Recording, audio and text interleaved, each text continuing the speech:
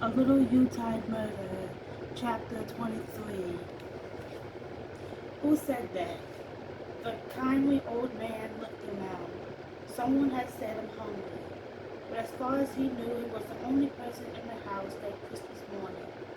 Seth and I continued to read from The Dog That Talked at Christmas, the story of a lonely old man who found a stray puppy in a snowstorm on Christmas Eve. In front of us this Christmas Eve were more than 100 small children, their eyes bright, their attention totally focused on this charming tale of all creatures, great and small, sharing in the Christmas spirit. Could I please have something to eat? The old man spun around and looked down at the puppy. Did you say that? He asked, his eyes open wide. Seth read. I followed with, the puppy said, all I said was, I'm hungry.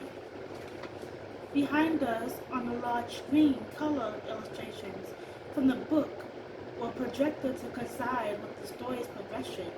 Seth and I alternated paragraphs. You can talk, but you're a dog. Dogs don't talk.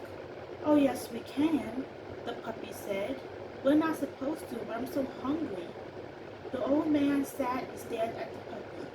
A talking dog, he thought. A Christmas miracle. He could become rich with a talking dog. Go on television, make commercials, become famous. All dogs can talk, said the puppy. But we know that if we do, we'll have to go to work. Don't tell any other dogs I broke the rule. They'll be very mad at me. The old man made them a hearty breakfast, and the puppy gave him a big wet kiss. Tears came to the old man's eyes. He'd been alone for so long. Having his Christmas puppy filled his house with joy and love. Your secret is safe with me, he told the puppy. But you will talk to me, won't you? Of course I will. The final picture came to life on the screen. The puppy and the old man together beneath the Christmas tree. Good night, the man said. Good night, said the puppy. Merry Christmas, we said in concert. The Christmas got to their feet and applauded. Cynthia Curtis came from the wings and congratulated us on the wonderful performance.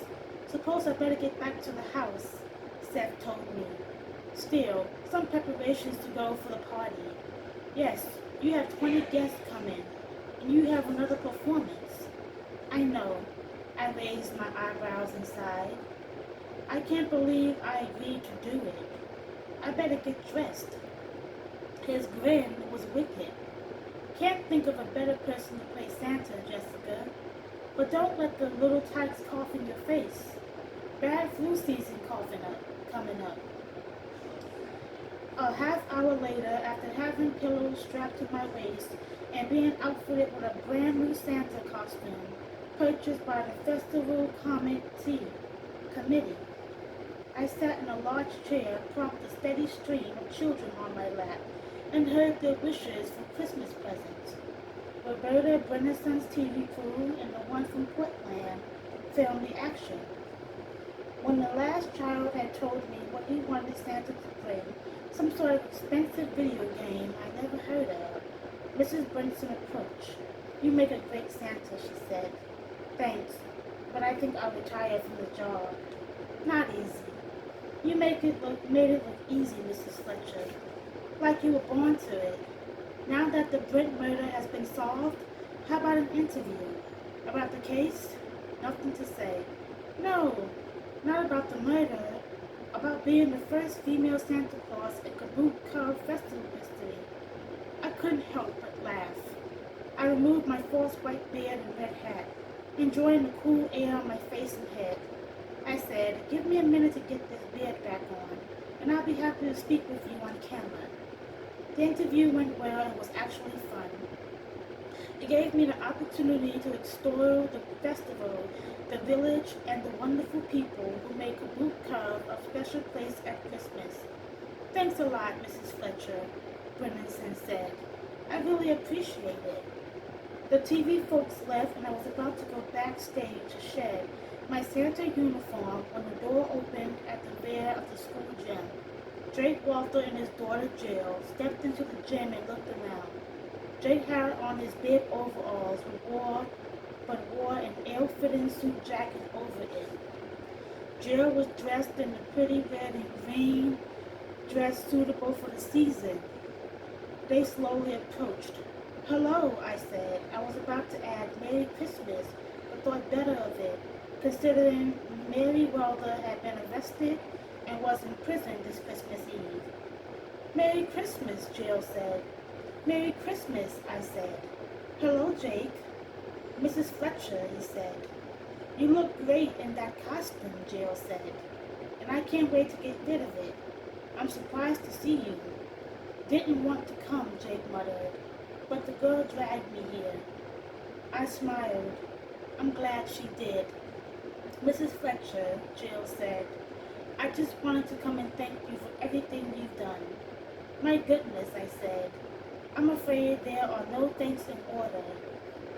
After all, I am responsible to a great extent for your mom being where she is at the moment. You did what you had to do," Jake said. "I'm glad you see it that way, Jake. Mr. Turkle says he'll do everything he can to help Mary," Jake said. "She's a good woman. Never been in trouble her entire life. I guess the pressure got a smidge too much for her." I didn't respond. Jill stepped close to me. "The reason I wanted to come here was to ask Santa for something for Christmas."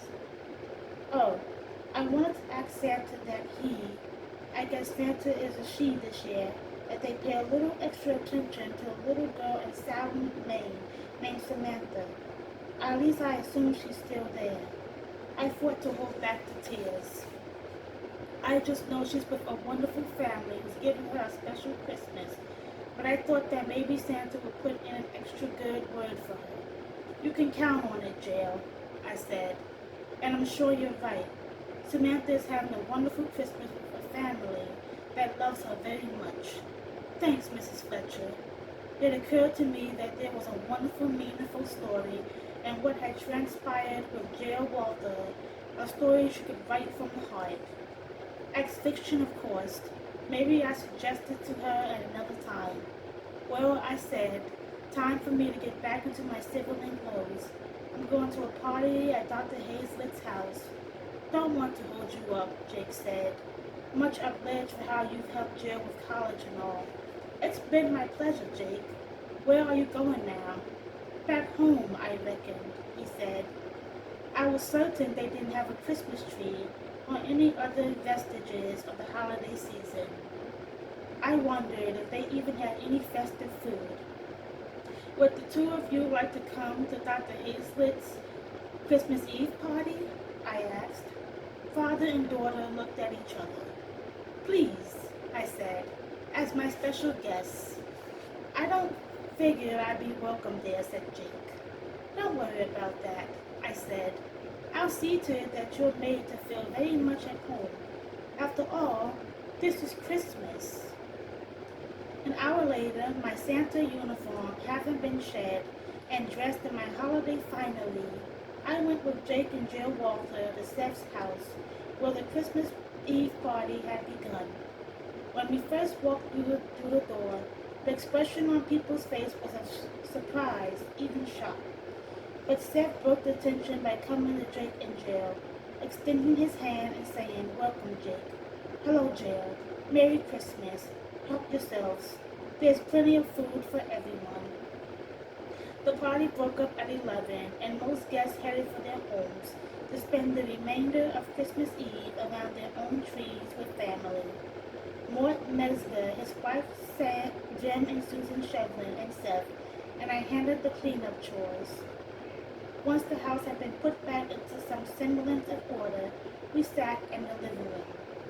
"It was a nice thing you did, Mrs. F., bringing Drake Walter and his daughter here," Mort said. "They seemed to enjoy themselves," I said.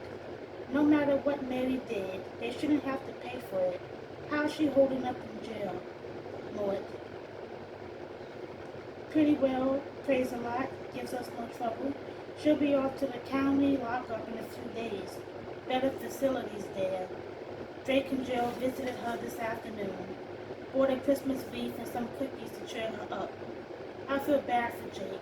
He really wanted to be in that sale instead of his wife, was willing to take the rap for her, and would have if you hadn't intervened, Mrs. F.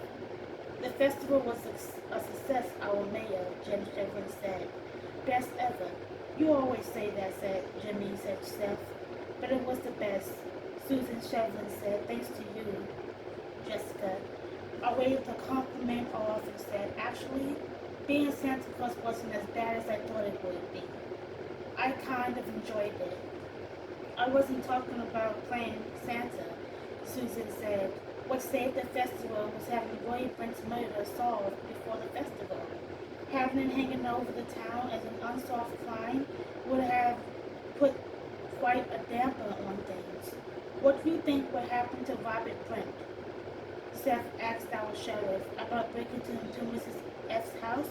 Up to her, she wants to press charges, they looked at me.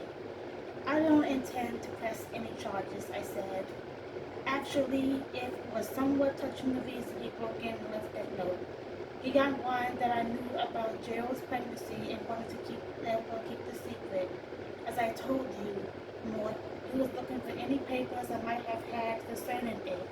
In some ways, he's nicer than his father was. I still had trouble knowing that Roy wasn't as nice a guy as everybody thought, Seth said. Sort of challenges your faith in mankind. I don't feel that way, I said. Yes, it is delusional that he was part of a group that preys on people like the Walters, hundreds of others like them all over the country. But it hasn't destroyed my faith in anything. Peace on earth, goodwill toward men and women, Susan said. All living things, Mort's wife said. Yes, all living things, I repeated. Deck the halls with boughs of holly. Fa la la la la la la la. We went to the window and looked out at the dozen men, women, and children, making the rounds singing Christmas carols. They waved, we returned the greeting. A few flakes of snow could be seen in the flickering flames of the candles they carried. Eventually the others left, leaving me alone with Seth. Vaughn and Oglo Buckley had planned to be there, but canceled at the last minute. I was disappointed, although I always loved to see them, but it was nice having some quiet time for myself, shared at that moment with my good friend Seth. At a few minutes before midnight, he handed me a small glass of sherry, raised his glass to touch rims with me, and said, Merry Christmas, Jessica. Yes, Seth. Merry Christmas to all. And that is the end of the book, guys. Like and comment on this video. Bye. Peace.